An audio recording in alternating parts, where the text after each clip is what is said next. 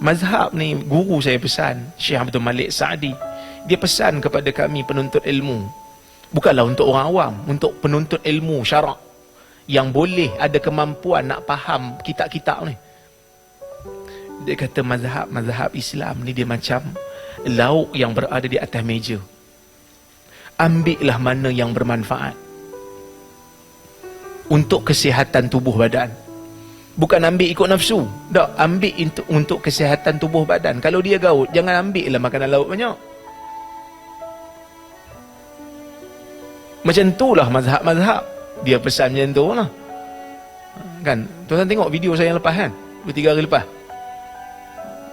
Dia nak juga taklid satu mazhab. Susah kalau nak taklid satu mazhab. Kita bermazhab, tetapi kita tak terikat dengan mazhab, dengan satu mazhab dalam setiap keadaan. Ulama-ulama yang bermazhab Syafi'i sendiri pun ada banyak pandangan dalam mazhab Syafi'i. Ada 1-2 qaul kadang-kadang dalam satu masalah. Kadang-kadang lebih pada 2 qaul, ada 3 qaul, ada 3 pandangan, 4 pandangan dalam mazhab Syafi'i sendiri. Bahkan Al-Imamun Nawawi, mujtahid mazhab Syafi'i juga kadang-kadang ada pandangan dia yang berbeza dengan mazhab dia sendiri. Ustaz hebat ke macam Imam Nawawi? Tak, kita tak hebat. Tapi kalau kita tak ikut mazhab Syafi'i dalam isu tu pun, kita ikut imam lain. Seperti mana Imam Nawawi pun dalam masalah tu ikut imam lain. Bukan kita nak tunjuk hebat, tak. Saya tak mau saya nak ikut satu mazhab, terpulang. Kerana Allah tidak mewajibkan, melainkan kita mengikut benda yang kita yakin betul dan benar. Bukan kita pilih satu-satu pandangan kerana hawa nafsu, tetapi kerana kekuatan dalil, kekuatan hujah. Habis tu orang awam macam mana ustaz? Orang awam ikut ustaz dia lah. Kalau dia belajar dengan ustaz yang balik daripada Madinah, dia akan jadi Hambali kebiasaannya.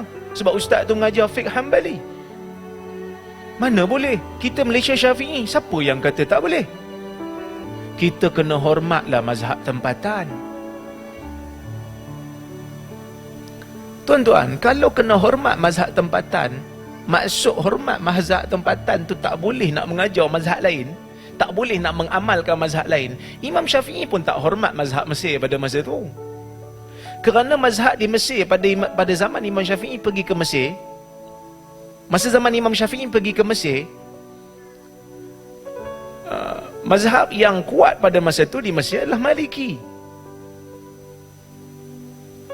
So Imam Syafi'i dia kembangkan mazhab dia, mazhab baru. Sebab baik tak hidup zaman ni. Tak susah nak dapat tahu dia. Tak hormat mazhab tempatan. Sehingga kan ada ulama-ulama Maliki yang mendoakan supaya Imam Syafi'i ni mati cepat. Allahumma amit Syafi'i wa illa la dhahaba ilmu Malik. Ya Allah, matikan Syafi'i cepat. Kalau tak ilmu Imam Malik akan hilang. Tapi Allah Subhanahu wa taala kekalkan ilmu keduanya. Kerana ini bukan isu nak ta'assub, ini isu ilmiah.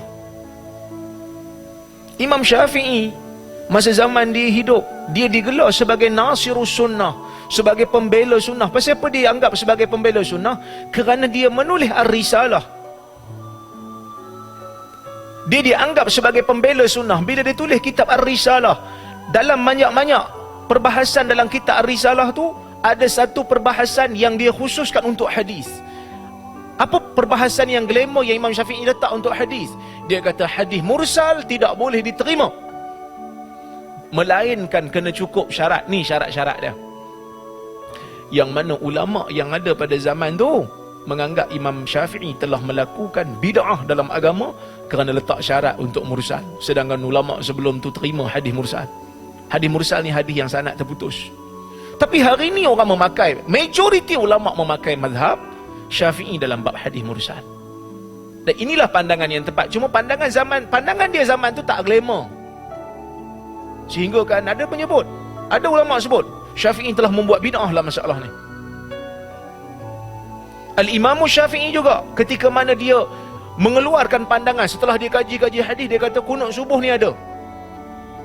Walaupun saya berbeza pendapat dalam masalah ni dengan Imam Syafi'i, bukanlah saya, maksudnya imam lain, dan saya setuju dengan imam lain tu kerana hadis-hadisnya tidak sahih. Tapi Imam Syafi'i ijtihad dia kata sahih kunut subuh.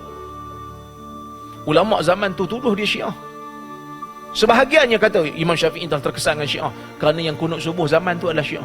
Imam Syafi'i kata, aku tak peduli. Hampa nak kata aku Syiah, Syiah. Yang penting hadis ni pada aku sabit. Maka sebab itu dia layak digelar sebagai Nasirus Sunnah. Baru dianggap sebagai orang yang, baru dianggap sebagai sarjana. Ni nak bagi pandangan pun takut-takut. Nanti orang kata saya sesat. Nanti orang kata, tuan-tuan, nak dengar kata orang ni payahlah. Kan? Nak dengar kata orang ni payah.